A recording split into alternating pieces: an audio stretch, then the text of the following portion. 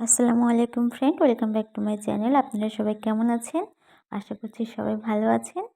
আমিও আপনাদের দোয়া এবং ভালোবাসায় অনেক অনেক ভালো আছি। তো নতুন আরেকটা রেসিপি নিয়ে আপনাদের সামনে চলে আসলাম। তো স্কিপ না করে পুরো ভিডিওটি দেখুন, আশা করি ভিডিওটি আপনাদের কাছে অনেক ভালো লাগবে।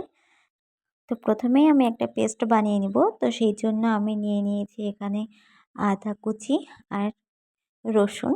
এখানে আমি 2টো রসুন নিয়েছি। আর এখানে নিয়ে নিয়েছি জিরে। তারপরে দিয়ে দিলাম এখানে আমি লঙ্কার গুঁড়ো, হলুদ, তারপরে ধনিয়া গুঁড়ো, তারপরে স্বাদ মতো নুন দিয়ে এটাকে এখন আমি মানে একটা পেস্ট বানিয়ে নেব। তো এই যে দেখতে পাচ্ছেন আমার মশলাটা বানিয়ে নেওয়া হয়ে গেছে। এবার আমি চিকেনগুলোকে ভালো মতো ধুয়ে নেব।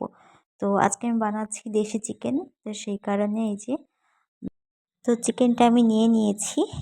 এটা হলো আমাদের বাড়ির মুরগি, মানে আমার দিদি শাশুড়ি পুষেছিলেন। তো উনি কেটে ধুয়ে মানে কেটে বেছে ধুয়ে পাঠিয়ে দিয়েছিলেন। তো তাও আমি আরেকবার একটু ভালো মতো ধুয়ে নিলাম। তো এই যে ভালো করে ধুয়ে নেওয়ার পর এই যে গ্যাসটা জ্বালিয়ে নিয়েছি, এবার কড়াইটা বসিয়ে দেব। তো কড়াইটা একটু গরম হয়ে আসলেই আমি এর মধ্যে পরিমাণ মতো সরষের তেল দিয়ে দিয়েছি। আর দিয়ে দিয়েছি এখানে একটা তেজপাতা, তারপরে দিয়ে দিয়েছি গোটা গরম মশলা, দারচিনি, তারপরে হিং, সব কিছু দেওয়ার পরে একটু ভালো মতো ভেজে নিয়ে আমি এখানে দিয়ে দিয়েছি কুচি করে রাখা পেঁয়াজ, আর দিয়ে দিয়েছি চিড়ে রাখা কয়েকটা কাঁচা লঙ্কা। তারপরে এই যে এখন সবগুলো উপকরণগুলো একটু ভেজে নিতে হবে।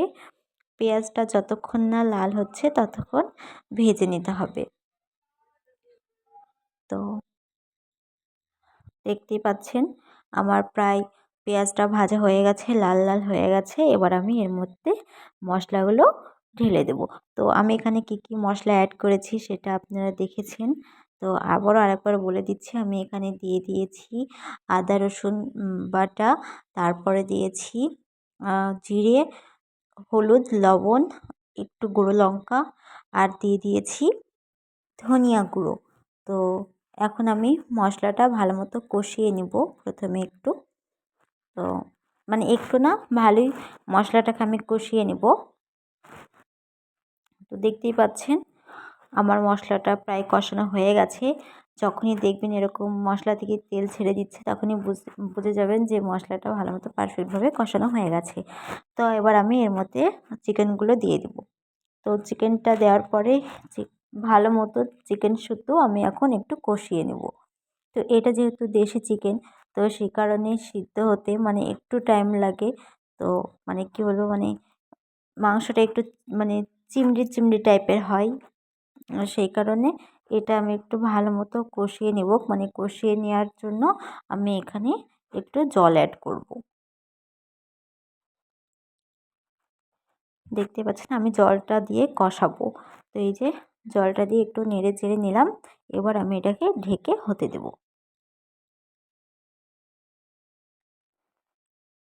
তো কিছুক্ষণ পরে আমি ঢাকনাটা তুলে মানে নেড়ে নেব।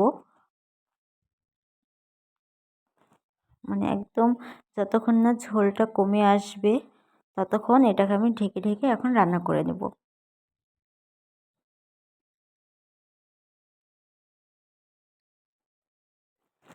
দেখতে থাকুন। আমার ভিডিওগুলো যদি আপনাদের কাছে ভালো লাগে তাহলে প্লিজ একটু বেশি বেশি করে শেয়ার করে দিবেন, আর লাইক কমেন্ট সাবস্ক্রাইব করে দিয়ে আমার পাশে থাকবেন। তো এই যে দেখতে পাচ্ছেন আমার প্রায় ঝোলটা কমে এসেছে, জলটা প্রায় কমে গিয়েছে। এবার এটাকে ভালো মতো কষিয়ে নিতে হবে।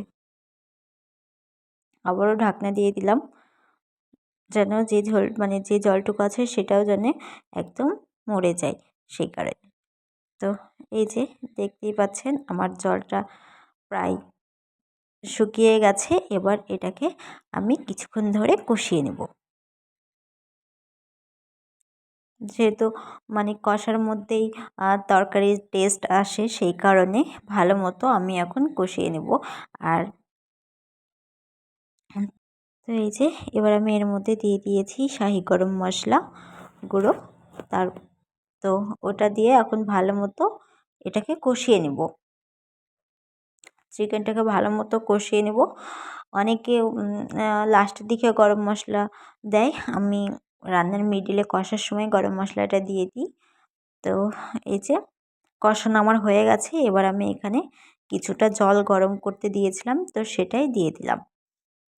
তরকারিতে গরম জল দিলে একটু স্বাদটা মানে ঠিক থাকে, আর ঠান্ডা জল দিলে একটু টেস্টটা কমে যায়, সেই কারণে আমি এখানে গরম জল অ্যাড করেছি।